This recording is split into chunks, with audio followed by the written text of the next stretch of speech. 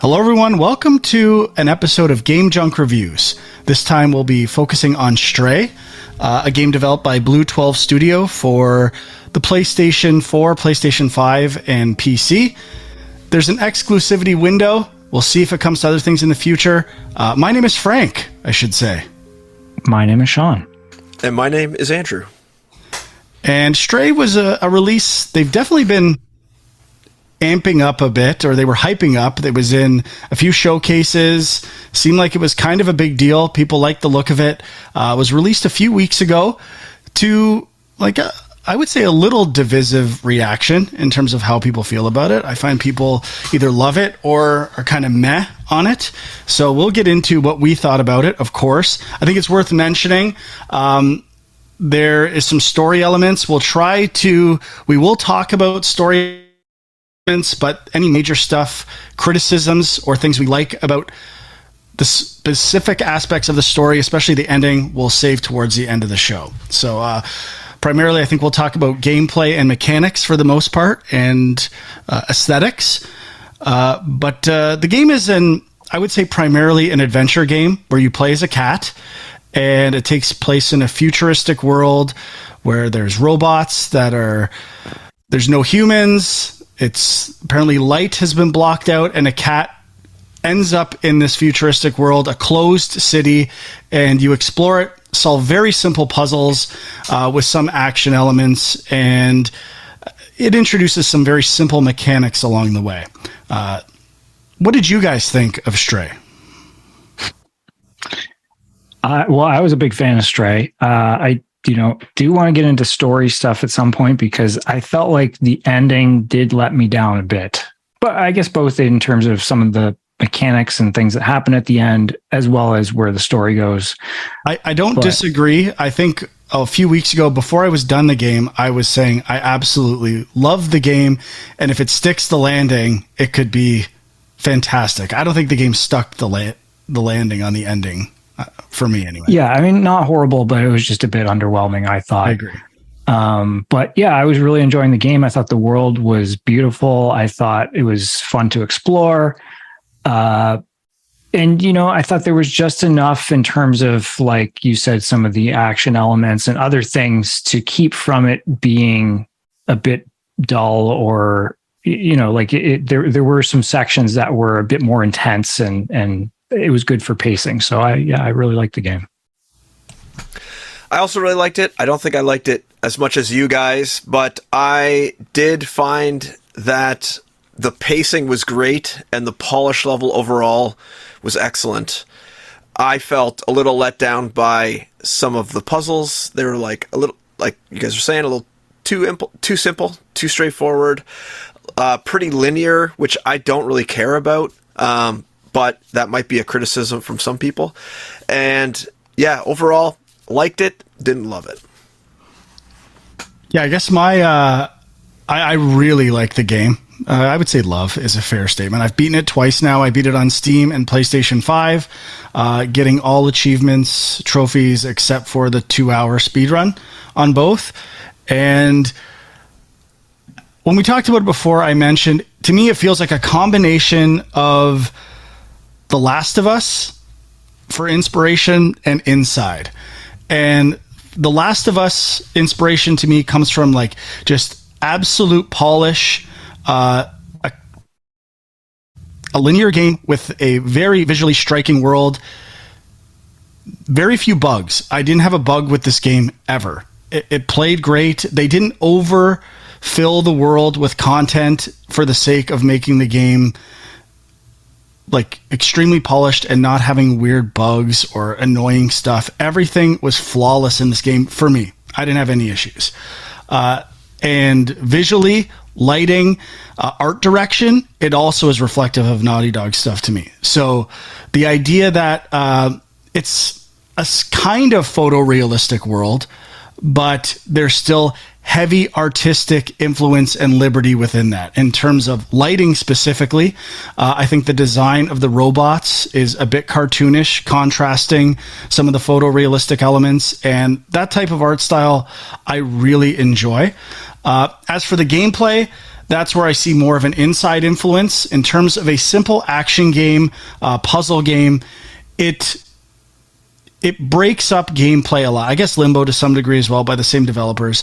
But the idea, like each chapter, and we'll get into this in spoiler, kind of has a different theme. And as when I'm looking at it from a game designer, there's an intent to each of the 12 chapters, aside from one that is a little like not that interesting. But there's like, okay, there's a new idea here. And we use that mechanic for a lot of this section. And sometimes it's abandoned after that section. As Sean said, some parts focus on more intense chases and spread them out a bit in the game. There's some stealth elements. It's always putting a new idea forth for each section or chapter of a game. And I love that approach to game design. I kind of half willingly, half unwillingly use that with Embers of Miram. Like, okay, puzzle section, chase section, boss. Like, keep mixing it up, doing pacing in a very deliberate way. And I guess I just really like that way of designing a game. It keeps things fresh, and also being careful how much you overuse or reuse elements if there's nothing new there. No game is perfect when it comes to that stuff, but I think Stray does a pretty good job. If there's one mechanic that's not a core mechanic, which I would say is just the jumping exploration element, which you use all the time. That's how you get around the world. The barrel, getting in a barrel and rolling it is probably the puzzle element that they go to maybe one too many times, two too many times. But I do think they do it in interesting ways. Other than that, it's usually always introducing something new. And I just love this style of game. It's about, if you rush through it, I'd say it's probably 4 hours. If you don't know what you're doing, getting collectibles and exploring, probably closer to 7. Short games. I love short, polish, focused games, and Stray does all of that. It's exactly what I'm looking for in smaller games, indie games, just games in general. So it definitely worked for me. And I just want to highlight, like, the lighting and camera specifically. We had talked previously about the camera. The first time you play it, it's a little different. I think the camera, the speed of the rotation horizontally with the movement of the cat can take a while to get used to. I think it's an intentional choice to capture the feeling of a cat. But I like that. But the camera for me is cinematically, transitionally, when you move from sections or to specific areas, the camera seems like it's always in the right place to me, and it just works and looks beautiful and has interesting perspectives. So the camera and lighting is pretty much as good as it gets as far as on PlayStation 5. It looked fantastic. PlayStation 4, I looked at that version a bit too. Definitely a noticeable drop off. Maybe, I'm guessing, most because of HDR, like how much like some of the stuff pops, but still it pops, baby. It pops on PS5. So I really like the game. What else do you guys think about, like, gameplay and design specifically? Well, I kind of wanted to talk a bit more about the traversal aspects. Counts as gameplay design, bud. So, well, okay. So you mentioned the cat, like, movement and stuff, and I think the animations look amazing. I do think, as we mentioned kind of last time we talked about it on the show, there is a little bit of a weirdness just because a cat is longer than a human being, where, like, you know, when you kind of move to turn directions as a human character, it's very quick. You can just flip them around, but because it's a cat, there's a bigger turning radius. And the weird, it really, that was a bit of a problem with some of the chase sequences I found, because you can just, like, swerve farther than you're used to and sometimes bump into things when you're running, but not a huge issue. That was like a minor thing that I found. But we got to bring up, so, you know, the traversal is, you know, basically you're looking for points you can jump to as a cat. And there's, like, basically these nodes placed throughout the world. You hit X, you jump specifically to that point. And, you know, Jay, we wanted to get him on the show. He didn't finish the game, but he did want us to bring up that aspect of the game for discussion, which is he found it frustrating that you have to jump to specific points. You can't just go wherever you want, which I kind of understand, but I also feel like the point to point traversal simplifies things a lot to the point where, like, I think you would get lost in this world because of how detailed it is, and you wouldn't have a clue where you're trying to get to sometimes. Yeah, I think the point selection for jumping is a plus for the game, even though I do think the game does a really good job of shape language or telegraphs as to what you can jump on versus what you can't, like certain air conditioners and other ones. There was very few times where I was like, oh, I'm assuming I can jump there when I can't. I always kind of knew where I could jump and where I couldn't. And I don't think that's easy to do in an open world game like that. And I also want to mention a mild Assassin's Creed influence in terms of holding the cross button to go up and down, or the A button, and the camera picking a path. And if you can keep going in that path, holding that button will continue to do it. Kind of like how you ascend. It's very similar to Assassin's Creed with the trigger being run. And if you hold those, you're going to run and traverse things if there's a direct path. Now, there isn't always that direct of a path in this game, not like in Assassin's Creed where you climb a whole wall, but I think that system works for the most part.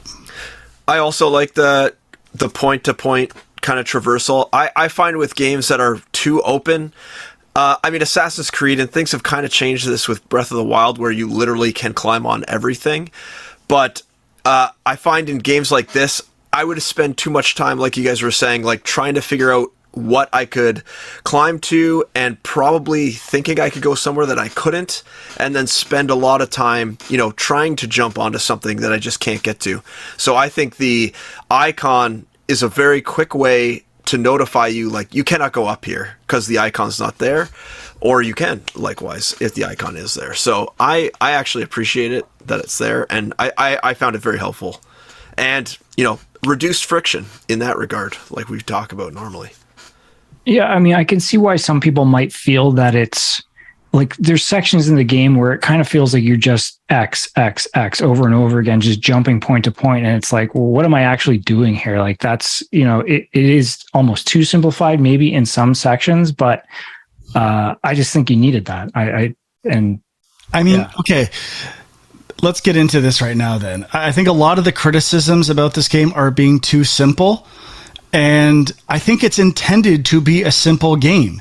And I'm kind of questioning why certain simple games like walking simulators, people praise unanimously, but this one, it's like, well, it's not intense enough, or there's not enough action. I don't know if it's just the camera perspective, like third person, but it doesn't make sense to me. This game is clearly a simple action adventure puzzle game at its highest form.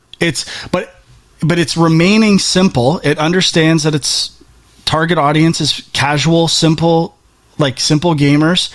And then it's like lots of games do that and people are aware of it, but they play to the lowest barometer of simplicity. I think this one is striking a nice balance with keeping things interesting while still being simple and just not being about reading text the whole time. It is, there's nothing complicated. It's doable by anyone, I think, for the most part. And that's a strength of the game to me. I would say that the puzzles are the thing that brings this game down for me.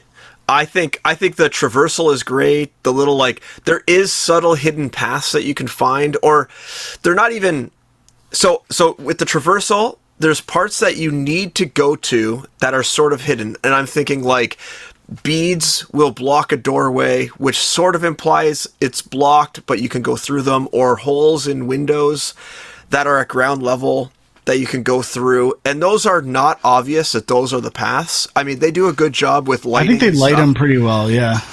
Behind. So it's not immediately obvious, but if you just take your time and look around, you do see them from the lighting. Whereas with the puzzles, I am expecting to have to think a little bit. Possibly get slightly stumped. In this game, there was only one puzzle that I did not succeed on my first idea. And for that, I just think it's too simple when I can just basically walk into a room, be like, oh, okay, there's one barrel, I have to move that one barrel over to this one place that's unreachable that I could see I need to get to. And that was almost every puzzle. Every puzzle only had one element. Pick up the one thing, move it from point A to point B, done. It wasn't too complicated. I think the ones that are the best for me are puzzles that simulate decision making as a cat, like including the barrel puzzle. And my favorite one is these kind of arms that rotate, and you have to like jump on them to get momentum to them. And it doesn't use it all that often, but you have to do it to like jump back, forward, back, and do that a few times to get the right path. I think that works pretty well. I like stuff like that, like the in-world puzzle elements. I agree with what Huck said about like, the ones where it's just, find this item, bring it to someone, a little less interesting. But I think ultimately, based on things I see in the game, which are a result of most likely playtesting, they were not concerned about people having hard puzzles. And if you want the puzzles to be hard, that could be a detrimental factor. But I don't need them to be hard. Well, like, I mean, there's a section at the end. They are clearly guiding people to make puzzles easier. In the last chapter of the game, there's a part right towards the end where they paint a square on the ground for no reason to where you have to bring something. There's no reason for this square to be on the ground. It's like, okay, people probably didn't know what to do. So it's like, well, how can we tell them what to do? Well, maybe we could just put a square there and it'll make it a little more obvious that they need to bring something there. Like going back to reducing friction, they reduce friction to a glide. And I could see how that might be frustrating for some gamers, no doubt. It was well lubed. Very well lubed. Very well lubed. This game is lubed up. But that didn't bother me that much because primarily I liked the world. I liked its efficiency. I liked the scale of everything. And going back to the camera, and you talked about finding small places to go through. When you go to like tight areas, like between ceiling and boards or through holes, the way the camera follows the cat through there and the way the cat animates through it, like that stuff looks amazing. Switching lighting from dark to light, like going indoors to outdoors, colors of lights, it's all done so well. And if I had a tiny nitpick, it's kind of a good thing and a bad thing at the same time. There are two, I would say, majorish open world sections of the game in Chapter 4 and Chapter 10. And like, even though those areas have icons, telegraphs, lighting to tell you the significant places, signs, neon signs, like to say this is a bar or signposts, after playing through the game 2 times, I still don't feel I understand the layout of those cities all that well. Like there is a bit of repetition, and like I couldn't draw a map of like where things are relative. Like because you're at the ground perspective of a cat a lot of the time, you're not seeing above. You're not making like this huge picture of a city like we do in reality. So I'm like, I still don't really like. If you told me go find Elliot's programming in Chapter 4, I couldn't tell you how to go there. I'd have to go there and like kind of walk around a bit to get back to it. So that's kind of bad because I spent a lot of time in those areas. Lots of games have that problem. Like a GTA game, I don't know within the city. Once I'm in a city block where anything is, I have to use the map for stuff like that. And maybe that's just a personal thing. Like I suck at direction. I think the nice thing, though, about both of those sections is that I think they're not that complicated. I think the later one is basically like a figure 8, essentially. And then the other one is like, a couple squares kind of thing that you can go around. But the nice thing is that there are very iconic landmarks so that even if you don't really know where you are in the space, you could know like, okay, this is not the section I need to be in. I need to go somewhere else. And then you wander aimlessly, but you do find it because, like you've seen some other signposts. Now, one thing that does take away from that is like, I find the worlds are very cluttered, believably so, but it does make it hard sometimes to pick out the details when there's so much stuff everywhere. But I think they do a pretty good job with like the neon signs being surprisingly readable to like understand what they are. Like I'm thinking of like the laundromat and the bar. They like their signs, even though I don't think they said, like, I don't think they had English on them in any way. I could still tell what they were and kind of know when I got back there. A lot of the signs are in this robot language, and if you go up to it, you can get your robot buddy to read it for you, but from a distance, sometimes there's still images that you can tell. Okay, so that kind of brings me to another thing I personally love about the game, and that's interacting with the robots in the city. I guess we haven't mentioned, as a cat, you have a companion called B12, which is like a robot, a sentient robot that's lost their memories to some degree, and your goal is to get out of this city or to open the city. It's a closed city with a dome, and you're kind of going down this path as a helper to like probably get out of the city at some level. You're with some other cats at the beginning and you fall in, and also help these robots to some degree. Now, I absolutely love the embedded interface with B12. How you bring it up and you can see all your memories, which are essentially the collectibles, your item inventory. That's where it gets into kind of classic adventure stuff, like gathering items and using them in different places. And when it comes to solving puzzles and getting back to what we were talking about, which is traversal and knowing what to do and where to go, I think this game does that masterfully. And specifically, you have an item, you're not sure how to use it, you try it on one of the robots, and there's very short lines of dialogue to guide you in the right direction. And I don't have to waste a lot of time. It's like they kind of course correct you very quickly as to who you need to see or what you need to do. Sometimes ambiguously, but it's never like, you know, they won't say what robot you need to talk to, but they'll say, oh, you need to find a robot that fixes things or something like that. And it's like, okay, I need to go find someone, and you can ask B12 for help as well. I love the navigation and maneuvering of B12, whether it's with the light to begin with, like the flashlight, or the weapon where it becomes an aiming mechanic. I think that is absolutely fantastic. And I don't mind talking to robots. The story is there, but it's sparse.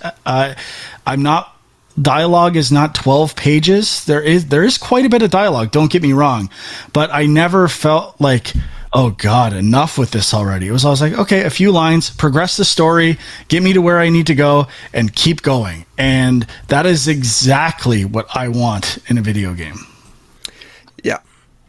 Yeah, I guess so the robots I found had, interesting personalities. Like, I mean, that's something that I think we mentioned before, a little bit of a Chappie influence. Like the robots wear clothes, like they have like distinguishing features. So they're becoming more human-like. They've kind of built their own culture in a way, which I thought was really cool.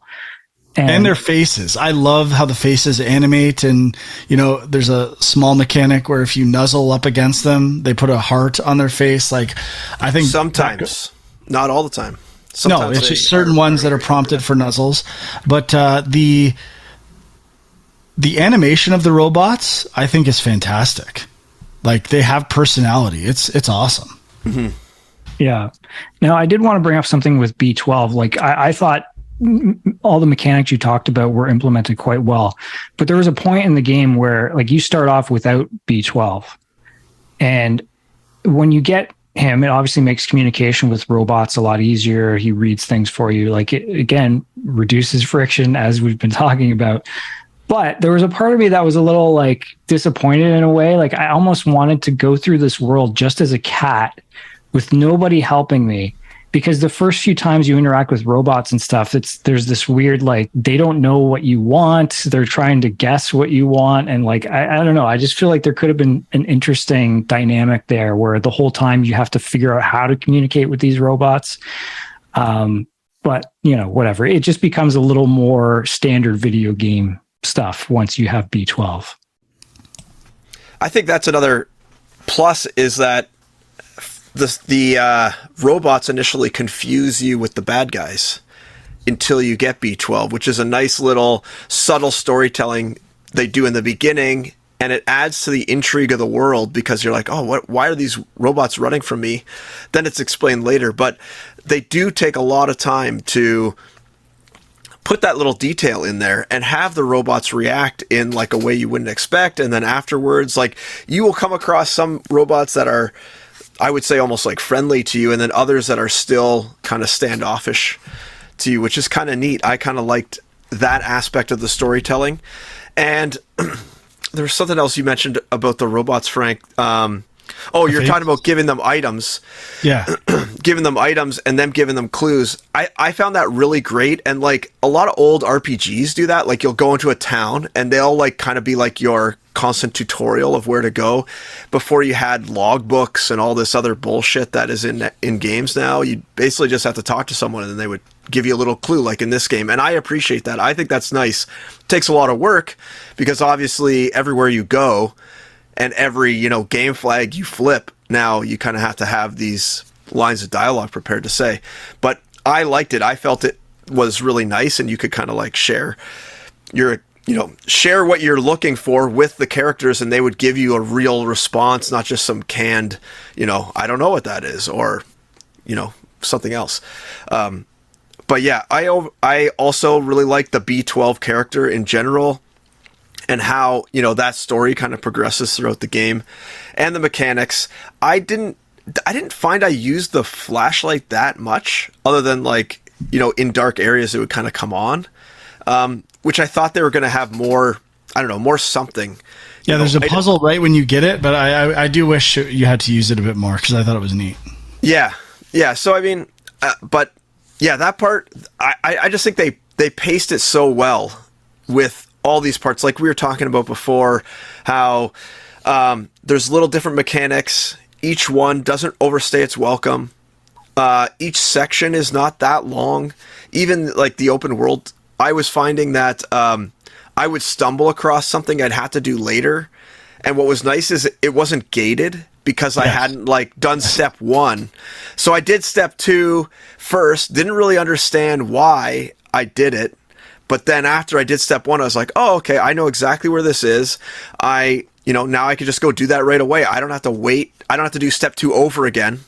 Or, that was nice. So yeah, I totally agree. Because it could be so easy as like a smaller game to say, no, even if they find things, we'll lock it so they have to backtrack. It'll make this chapter an hour longer.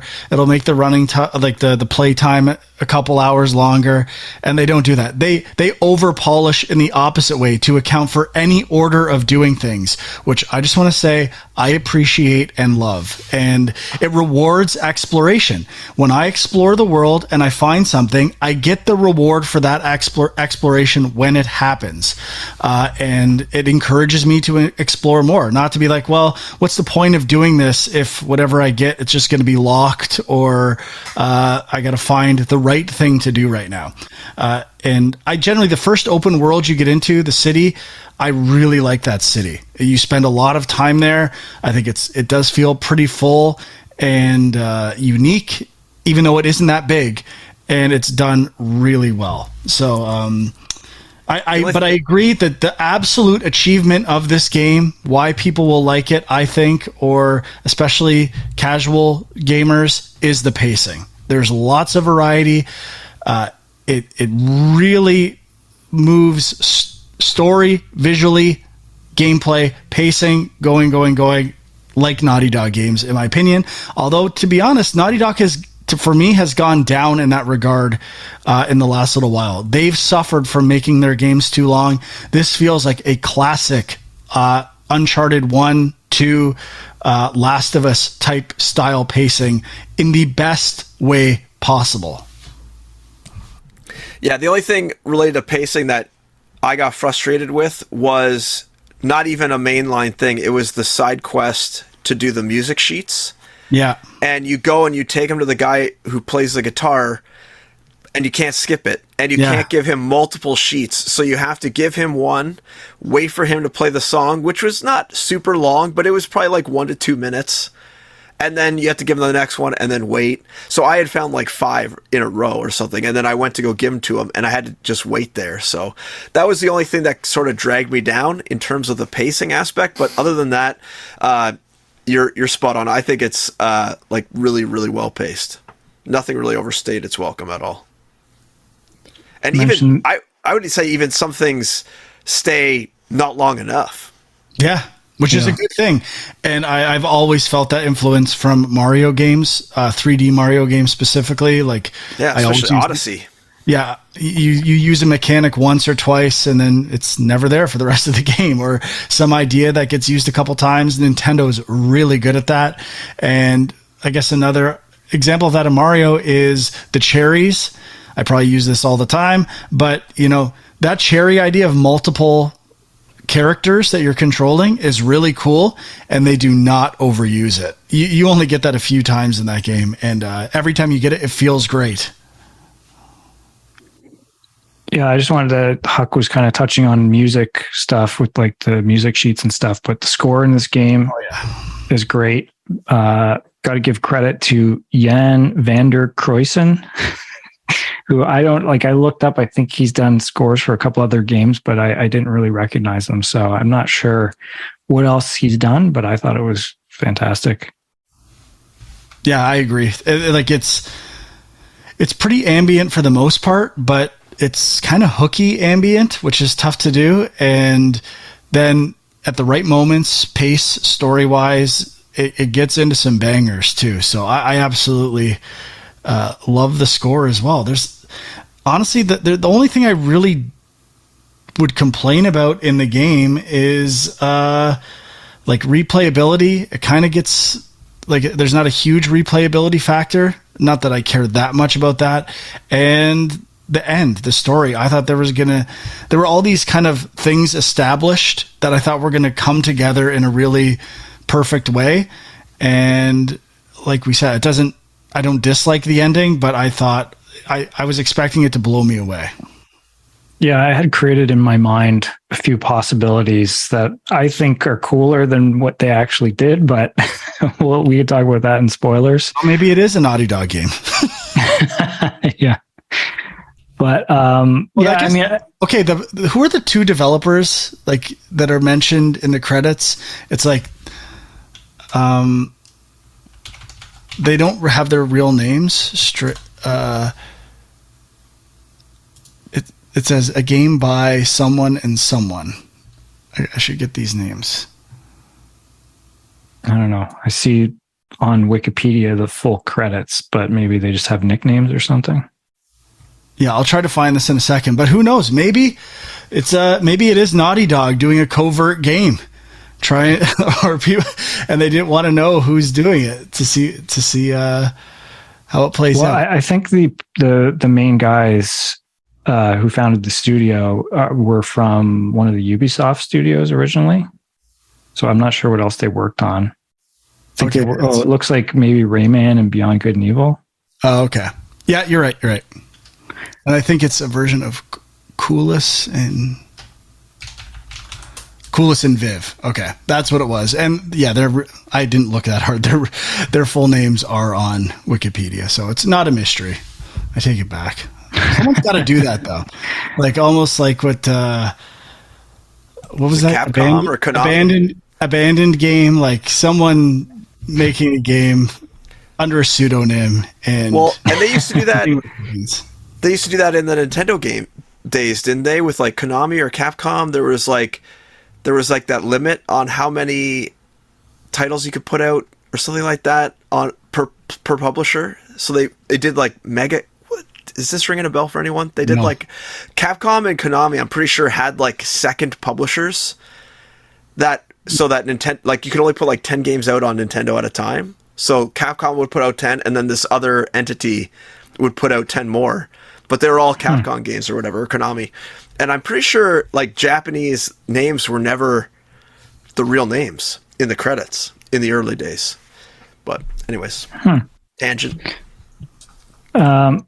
Yeah, I wanted to go back briefly on the puzzle thing, which I agree that, I wish there was a little more challenge there. just like, Frank, you were comparing it to Inside. Like, I think Inside has much more interesting puzzles overall. But, it's weird because like, I remember one of the early puzzles. Similar stuff though, like where you have to manipulate the is it Zerks or whatever, like to call them with your meow and get around them. That I think they lifted that from Inside. There's something where you have to manipulate things to go around, and then but I guess the structure is similar. I remember there being a stealth section in Inside. If anything, I think this game might borrow a little too much from Inside, and that there was the underwater section, all this stuff. It's like, okay, let's change gameplay briefly, change the context of the A button in this section is kind of how Inside approaches it, whether it's that creature on your head and now the A button does something different. This game doesn't do that specifically, but it's like, okay, this is how you solve puzzles for this section, then it's gone. I mean, Inside is a much more, I guess, abstract game in a way. Like you don't always, like it's not necessarily holding your hand. You have to figure out what you're even doing half the time. But with this one, I remember like one of the first puzzles was like, you got to get a code to get out of one of the apartments or something. And I remember looking at the walls and there's like partial numbers. And I'm like thinking, okay, so you got to guess what the last digit is or something. And then it's like, no, you just walk into the next room. There's literally a huge message. This is the door code or something like that. And I was like, oh, okay, that's the kind of game this is. There's some embedded puzzles though with like clocks and backwards stuff, like standard puzzle stuff. Yeah. It's not like horrible, but like, yeah, it's just a lot of them you just breeze through and don't even really think about. Yeah, I feel like Inside did this level, but then they also built like medium and then difficult puzzles on top, whereas this game literally just does the easy ones, like the intro puzzles, and that's it.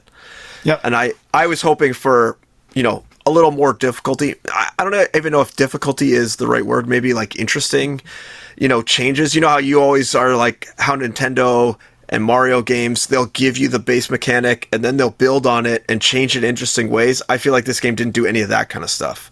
They gave you the basic mechanic and then like that was it.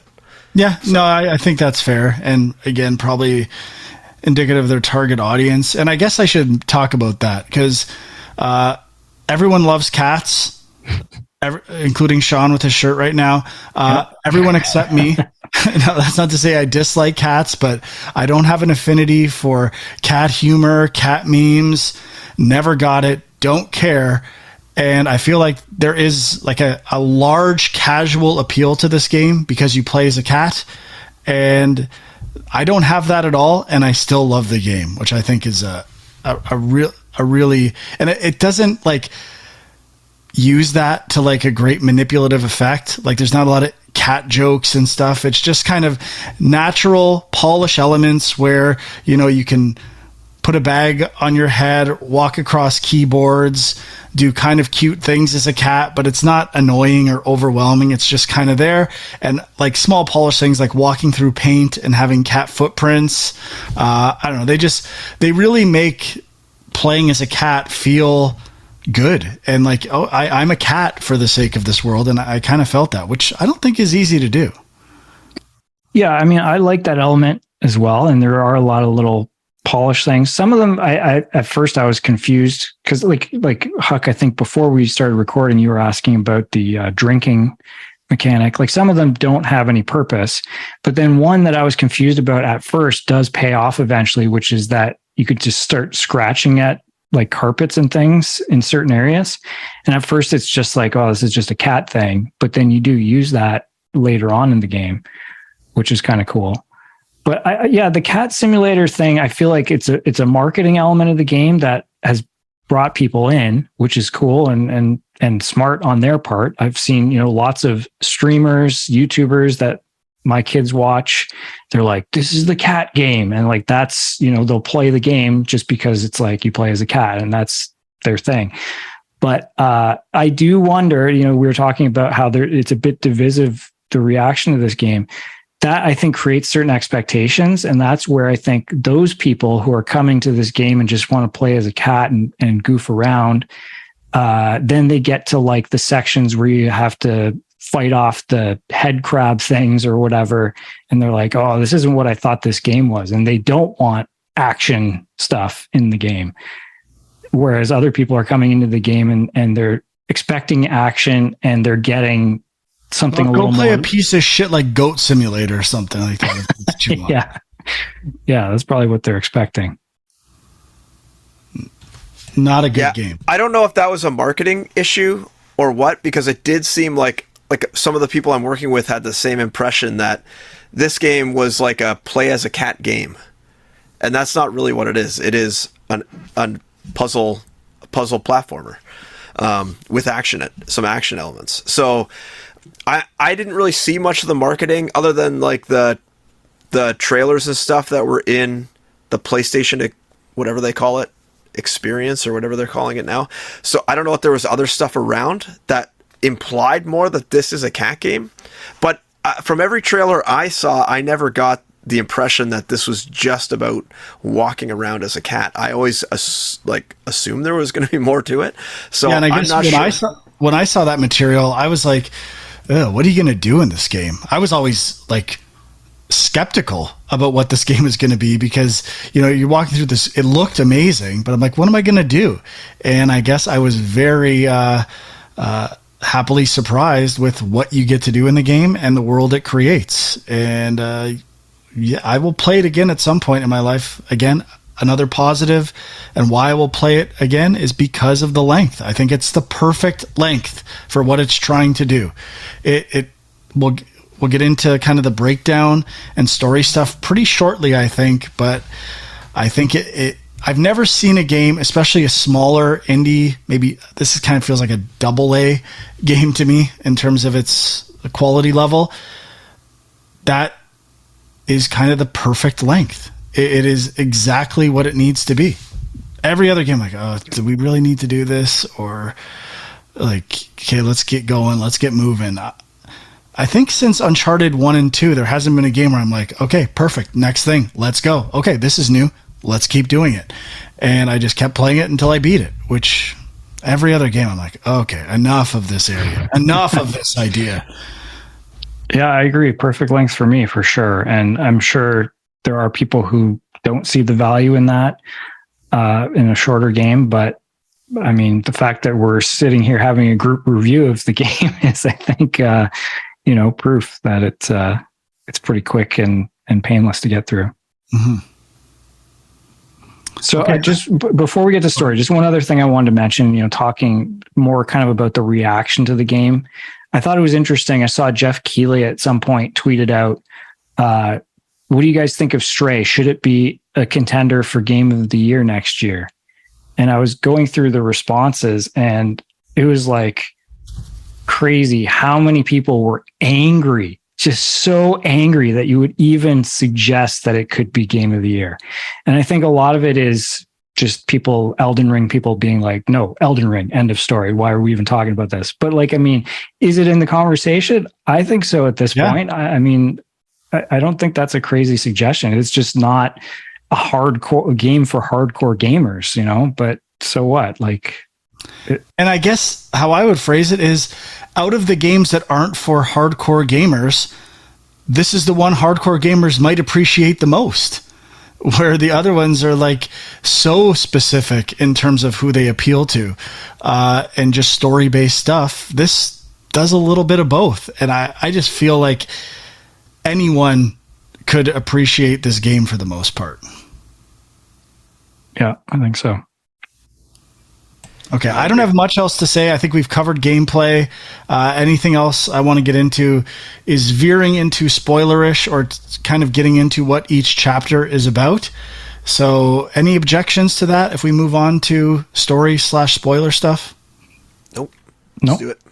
Okay. So I think Sorry, so should we give like a star rating before we do this, or like how? I don't remember how we did this in the past. I think we do it at the end, but okay. We'll give it at the very end of the review. So I just kind of want to break down in terms of the pacing stuff we're talking about. Like when I'm looking at this game, I was always thinking about, especially reflectively, okay, what was each chapter about? It feels really defined in a great way. So like chapter 1, you kind of story and intro stuff. Chapter 2, they introduce Zerk mechanics and the chase elements, like avoiding them and adding a high intensity moment. Chapter 3 introduces you to B12 and the puzzle solving stuff in the game, like what are you going to do? I guess the first chapter is basic traversal as well. 4 is really interesting. I think it's very perfectly positioned to be the open world section. You've got all the core ideas. Now explore. Use them and get familiar with them to a degree that you want to. If you feel like you want to burn through the story, you get it, that's fine. If you want to explore, world build a bit more, that's totally up to you. As soon as you have the capability to do that, the game lets you do it in a great spot. So I think that like first 4 chapters sets you up perfectly. And then it's like, okay, now that could basically be the game. I could see a version of this game that ended after chapter 4, after the open world section, but it pushes further. So where do you take that stuff? 5 is manipulating the Zerks with meows and other things to like, that's the basic puzzle mechanic of chapter 5. 6 is returning back to the city, which to me is the weakest chapter. It's like it's familiar territory, and you can solve most of the puzzles in 4 if you're exploring and then use them in chapter 6. Easily the weakest chapter to me, not necessarily bad. 7, it really mixes things up by introducing the shooting mechanic, aiming with the purple light and doing the Zerks. That's the idea there. Although 8 really focuses on aiming. However, I did it pacifist, like without killing any of the creatures for achievements and trophies.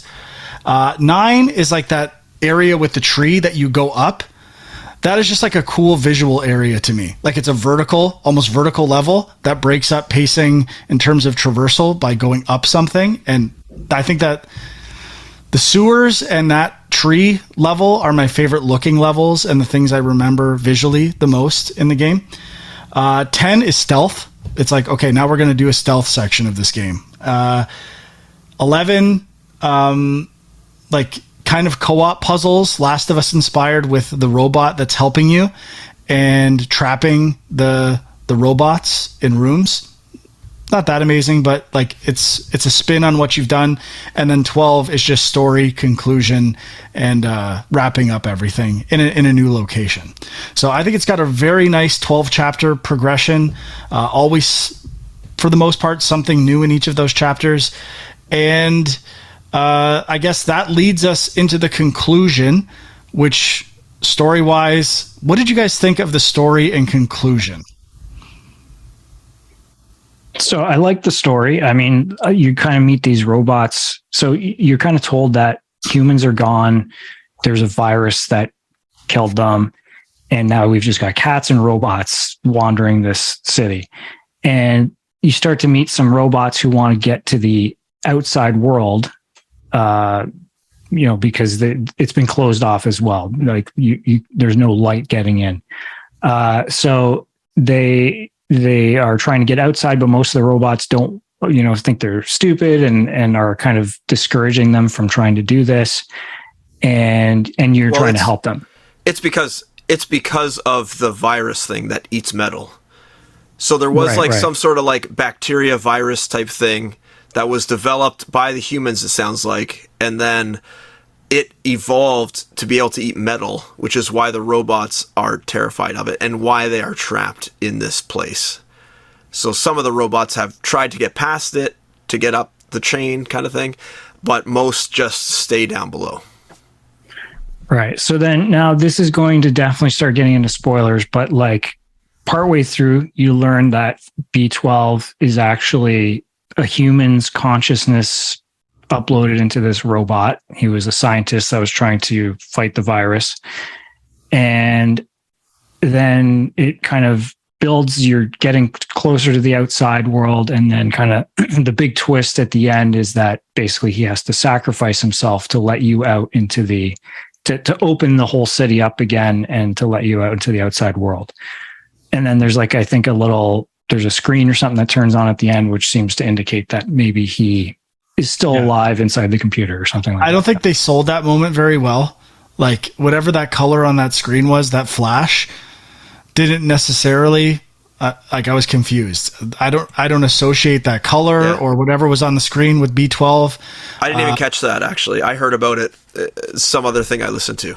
Yeah, I think they could have hung on that more. And I guess that's where the ending essentially falls flat for me. You kind of walk off into the outside. I guess this is kind of similar to The Last of Us Part 2. Like these kind of neutral endings in games, I don't like. I would rather have kind of a dystopian ending or a super happy ending where you end up back with your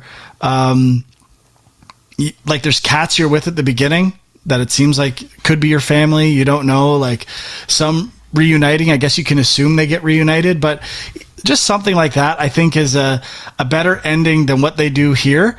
And I would say if, let's say the spinning totem in Inception or something like that, like if the moment of that B12 flash was at that level or like had a resonance or is executed properly, that could be enough. I just don't think it actually nailed that idea, and specifically establishing icons or ideas or what that means for that consciousness, like going forward. None of those questions were kind of raised or answered. So, and I guess I thought the whole, I can't remember all their names, Clementine, Balthazar, all the robots, those core four. I thought there was going to be a bigger revelation about the nature of the city, what's happened, something that's gone on. I thought that was kind of like leading to some idea. Sean, I know you said you thought of better ideas or better endings. Did you want to share? First of all, that wasn't like a cynical joke. I think you could have, and I'm curious as to what they are.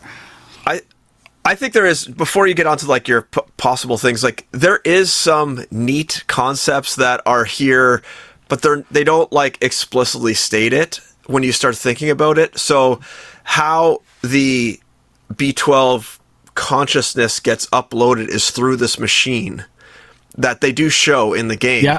Yeah. And as you're walking around, you do see more of those machines, which could lead you to believe that maybe all of these robots are humans transferred into these robot hosts, which is interesting. That's what I thought. That was one of the things I thought would be the big twist at the end. It's a little ambiguous. Yeah, it's ambiguous right now. And I think that could have really worked. Like there was a point in the game where you get to a section where like it felt very dystopian within the robot world. I don't know if you guys remember what I'm talking about, but it's like you're walking around and robots are getting hassled and being told like, you can't go here, you got to follow the rules and all this kind of stuff. And I was like, oh, okay, interesting. So all these robots are actually humans that have been uploaded and they're just perpetuating the same behavior that humans have always had, everybody's selfish and abusing everybody else and stuff like that. I can't believe I forgot to mention this, but I thought there was going to be revelations as to what the outside is, or like you're in this kind of city and you only see it a bit at the beginning from like a bunch of cats in an abandoned area, like what actually happened, or some twist as to what the inside is versus the outside, whether it's like a Truman Show thing. I don't know, some idea like that. I thought there was going to be a bigger idea surrounding what the city actually was. And I don't know, maybe.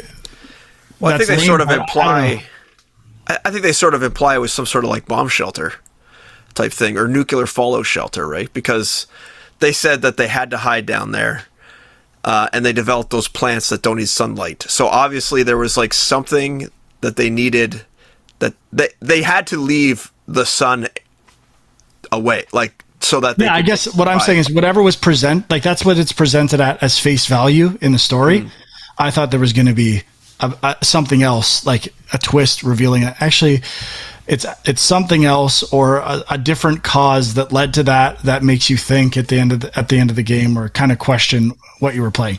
Either way, one thing I do want to talk about is, you kind of alluded to this, Andrew, with like this machine that transfers consciousness. You see other places. I think the game does do a great job of doing embedded narrative in other places. Did people catch something like the 16-hour clock? When you solve a puzzle, based on the clocks. It's not a 12-hour clock. It's a 16-hour clock. I didn't even really pick up on that. So I think there are cool little twists like that. And I don't know. I do like that it's not overwhelming with explaining everything, that it's just kind of very subtle world building. And I guess that's the way I prefer it. Did you have more ideas for the end, Sean? Yeah. Well, so the other thing that I was thinking, and this really so when you get to the computer, what's it called? Like the control room.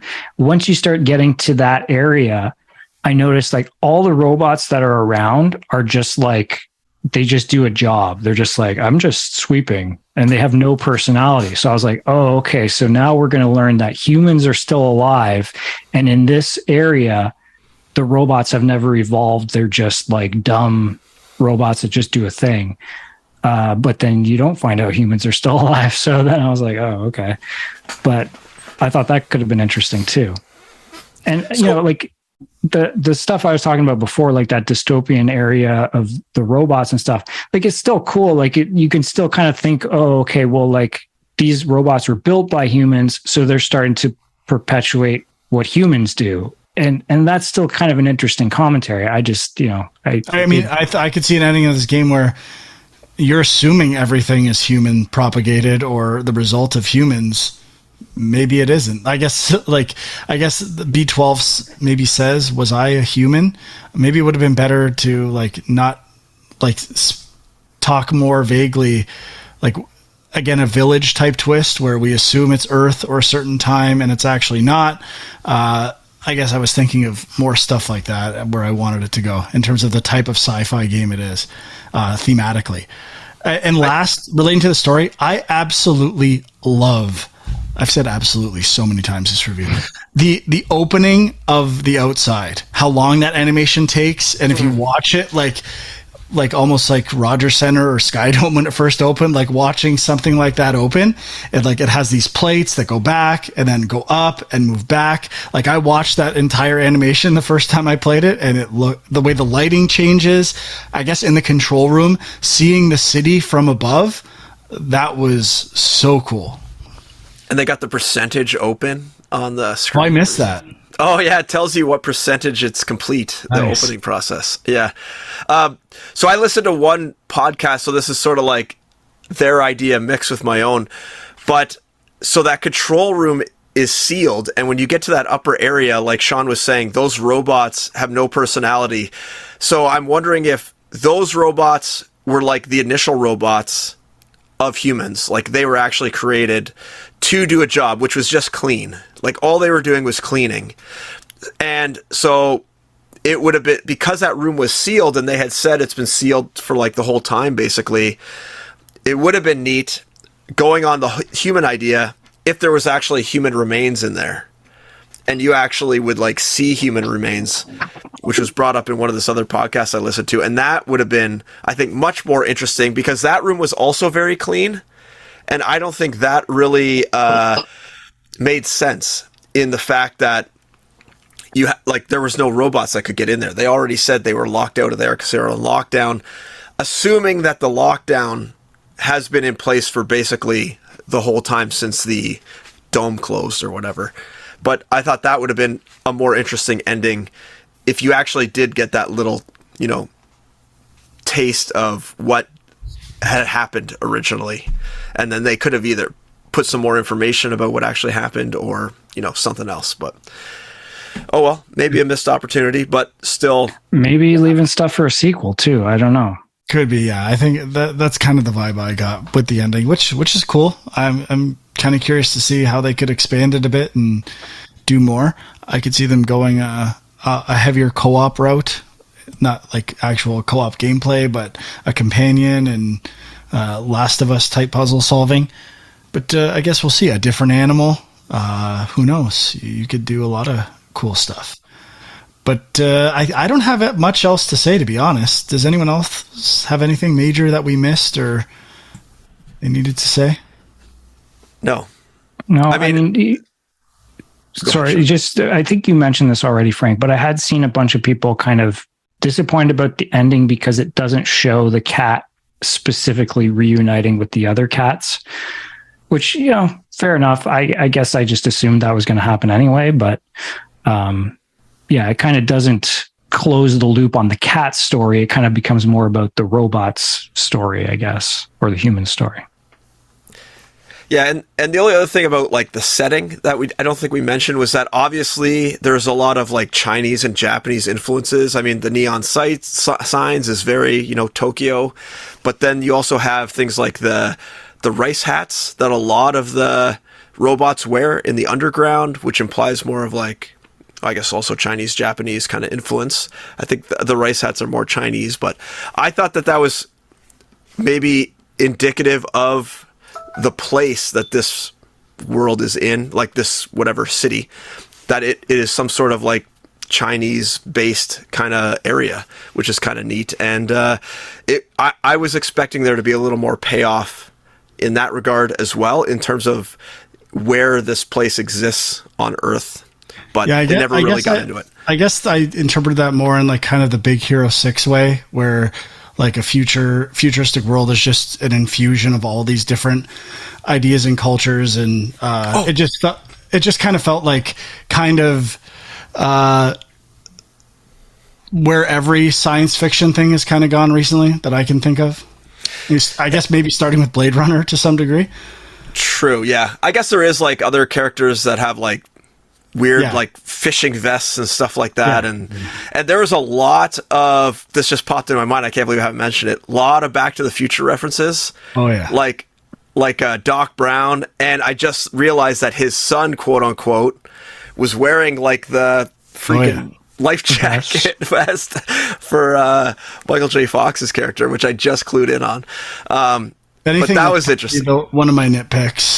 Yeah, you didn't like that nod? Like the room 236 wallpaper too. Oh yeah, that's everywhere, I didn't notice man. that. Yeah, can we come up with some new stuff? Does it have to be that and Back to the Future every time? Can we pick some new movie references? Isn't it room 237? Is it? Not 236.